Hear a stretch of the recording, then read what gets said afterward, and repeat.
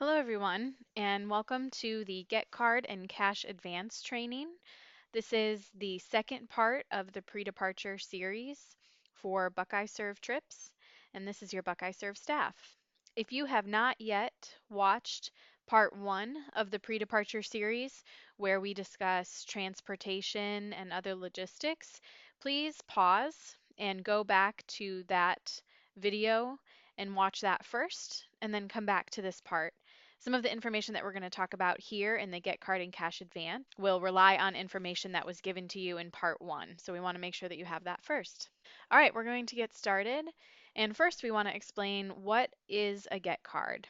A Get Card is used for business travel and related expenses for two or more travelers or for an individual's travel that takes place spanning 7 or more consecutive days. The Get Card is a Visa credit card issued by PNC Bank, and it is valid for one specific trip only. So if your trip is getting a Get Card, which most of them should, it will only be usable for this specific Buckeye Serve trip. Each Get Card has a $2,500 transaction limit, is well beyond what we think you will need, and each Get Card has a $7,500 cycle limit. Again, we think that limit will be plenty for the time spanning your Buckeye Serve week. If you are a trip that is getting a Get Card, there is a application process, and the applications are all done online, and a link will be sent to you if you have been selected as the Get Card holder. Just as a reminder, Get Card holders must be university employees. Mostly, this would apply to our advisors for Buckeye Serve experiences, but if for some reason you, as the advisor, are not a university employee, please reach out to the Buckeye Serve staff if you haven't already, and we can discuss who else on your trip might be eligible to be the Get Card holder. All Get Cards will be available to you prior to your departure, and once you have accepted the card, you will need to activate the card by calling an activation number that is listed on a sticker that will be placed on the card. When you activate your card, you will be asked for a security code, and that security code is the last 4 digits of your social security number. Not to be confused with an ATM code, which we will talk about here in a little bit. And these Get Cards will be picked up before your departure, specifically at the pre-departure bag pickup day, which we talked about back in part one of your pre-departure series. But again, to reiterate, that is likely to be the Friday before your trip departs. If you have questions or concerns about getting that card earlier, for certain reasons, please let the Buckeyes Serve staff know. The difference between a Get Card or a Voyager card. If you are a trip that has a TTM rental vehicle, again, those are the rental vehicles from campus here at Ohio State, you will pay for gas and other van expenses with a Voyager card. You will have a Get Card, but when it comes to paying for gas or other expenses related to your TTM vehicle, you will need to switch and use the Voyager card. If you are a trip that is renting vehicles from an enterprise rental facility, you will pay for your gas with your Get Card. If you are thinking about having ATM access, or if you have already been told that your trip will need ATM access, your Get Card can be used to get cash from an ATM if it was prepared to be so. So the fiscal office, along with the Ohio Union and the Buckeye Serve team, will determine if your trip needs ATM access, and it will be pre-approved and your card will be available for that. So not all Get Cards will have this access. If you are using an ATM, a PIN number will be needed, and this PIN number will be sent to you, the Get Card holder, or to the Buckeye Serve office in the mail. You will have to open up an envelope and your code will be there. And again, this is not to be confused with the code that you will need to activate your card. If you for some reason are unsure of your PIN number and you're at an ATM, you can call your on-call Buckeye Serve member and they can obtain that PIN number for you. All receipts for withdrawals from an ATM will need to be turned in, and all purchases must have itemized receipts. So if you're using that cash to use the metro, anything else during your week, we need to have receipts for what that cash exactly was being used for. Any unused cash must be turned in with receipts once you return from your trip. Let's say you get $50 out of the ATM because you think you are going to need it, but it turns out you only needed $20. That $30 of remaining cash needs to be turned back in to the Buckeye Surf staff. You cannot distribute any cash to other travelers. Again, if you got $50 out, you can't hand $5 of cash to every member of the trip. That cash needs to stay in the hands of the person with the Get card. You also cannot reimburse yourself for any purchases from your personal or credit debit account. In this situation, if you as the Get card holder buy a meal, you cannot then go to the ATM and get out cash and reimburse your own pocket. If you are questioning about whether you can be reimbursed for something or not, please let the Buckeye Serve staff know and we can talk through that process with you.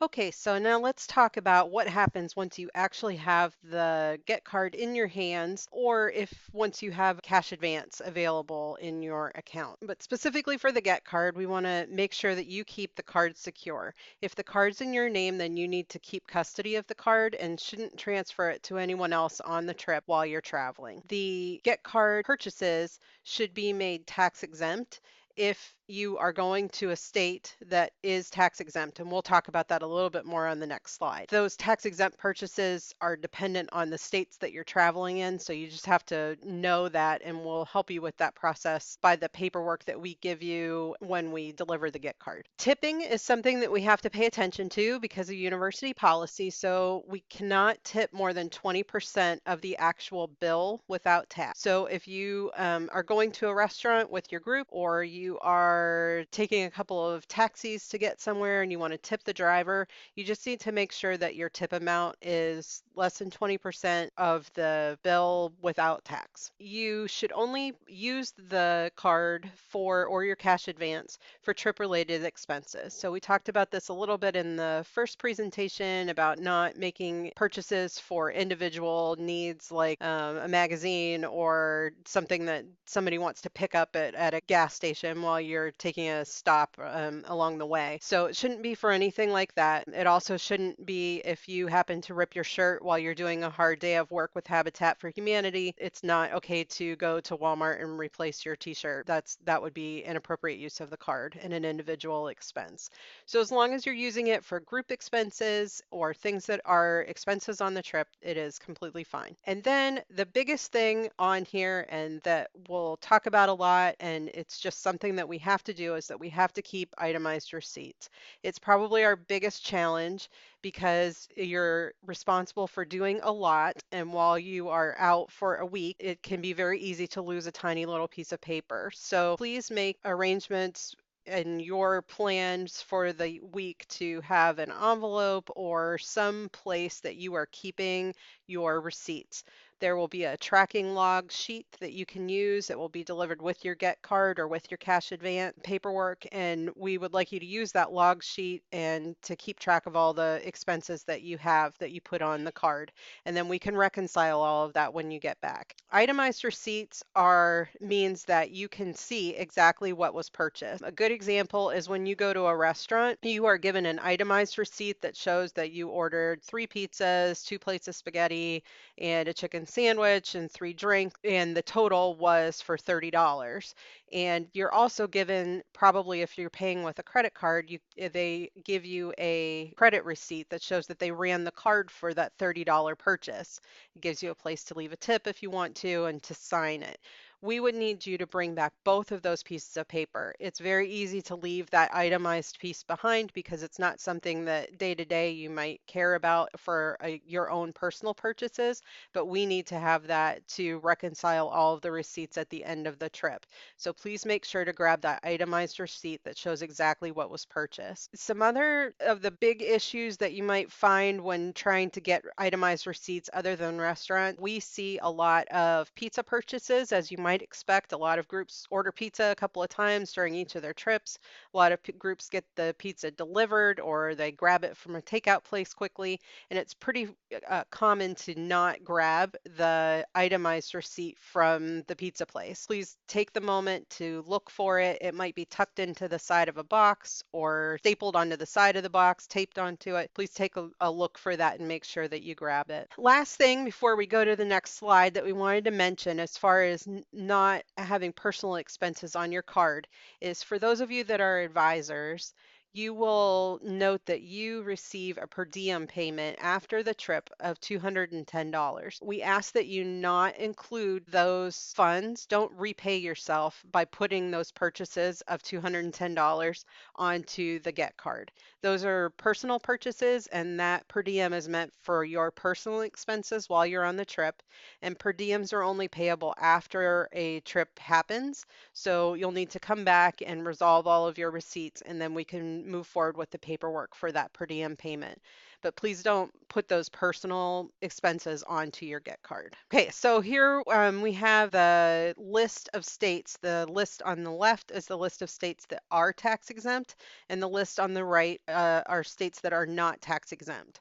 What that means is that the state of Ohio has agreements with these states on the left that our purchases can be state tax exempt in those states. So if you are going to Florida, for example, we need you, when you make your purchases, to let the cashier, the server, whoever it is that you are working with, say, hey, we need to make this purchase tax exempt. And we will provide the statement letters for each of the states that you're traveling to that show that we are tax exempt in that state so that you can hand it to the cashier or the server or the person that you're making the transaction with. It will be in the paperwork packet along with the log sheet in your Get card. If you are only traveling to non-tax exempt states, then congratulations, you have it a little bit easier. But if you are traveling and going to a tax exempt state, or you're traveling through a tax exempt state where you expect to be making purchases like hotels or restaurants, then please take a look at the list and try to remember to make those tax exempt requests. If you do not get a tax exempt request honored, you might end up at somewhere that says that they don't know how to make the purchase tax exempt, or no, they won't honor it, or for whatever reason they won't do it. It's not the end of the world. Please don't leave that restaurant or leave that store just because they said that they can't help you. It's okay. We'll handle it when you get back. It's not a big deal, but we want to try to do it as much as possible. So for those of you that have a cash advance that you're using on your trip because you don't have access to a Get card, that's something that you do not need to worry about the tax exempt question, regardless of where you go, because you won't be traveling with a form of payment that's a university form of payment. You'll be doing your purchases with a whatever credit or debit card you have access to for your cash advance. So you don't need to worry about these tax exempt questions. For those of you who do have Get cards, we want to provide you with a little bit of assistance in what to do to request tax exempt. As I mentioned in the last slide, sometimes you will get someplace and a retailer or a server at a restaurant will not know how to do tax exempt, or they haven't done it very frequently. There might only be one person there who does know and they are busy. It's okay. We'll figure it out when you get back. But if you can try and make the request, here are some things that can help you prepare for that process. So when you go to Walmart, we know a lot of groups go to Walmart. It's someplace that is available in across the country and at most of the sites where you're going to, and it's familiar. And so we know that a lot of groups go there looking to spend their group funds. When you go to Walmart, Walmart's process is that you need to go to the service desk first and you have to register for a tax exempt registration. That process, we don't seem to have a great way to make that process go any faster at Walmart. And so every Walmart is going to be a little bit different.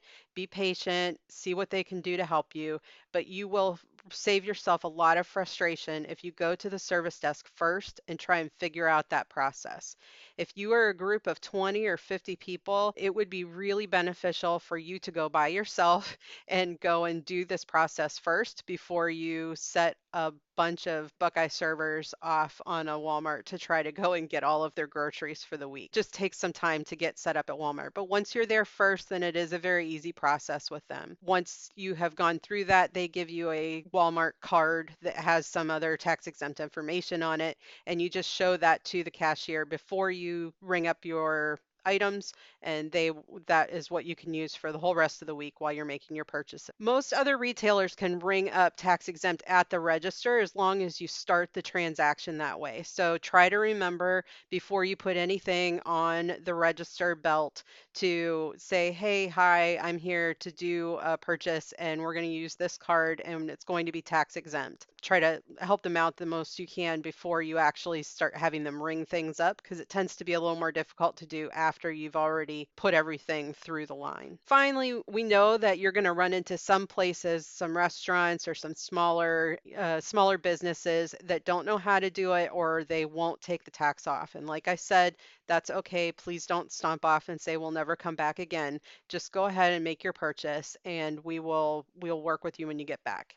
All right, so now that we've talked through what your Get card is, let's talk through what happens if you have a Get card that is lost, stolen, or fraudulently used. And so the first thing to know is that you should report this immediately. All charges made to the account before it's canceled are a liability for us in the university. So we would like you to follow the steps here below, which first, call the bank that the card belongs to, and this phone number should also be located on the back of your Get card. If you would like to, or if you are going to need a replacement card because you're still on your Buckeye Surf trip and you still need a way to pay for things, this is the quickest way to get that delivery of a replacement card going. The caller must also request a rush delivery. So if you know you need to get a replacement card, ask that it be rushed so that you are not stuck with not knowing how to pay for things. After that, we also ask that you notify Frank Grubb, and Frank is someone who works with us as a Buckeye Serve program with all of our financials and Get cards. His numbers are also listed here. Then we also need to notify the P card office.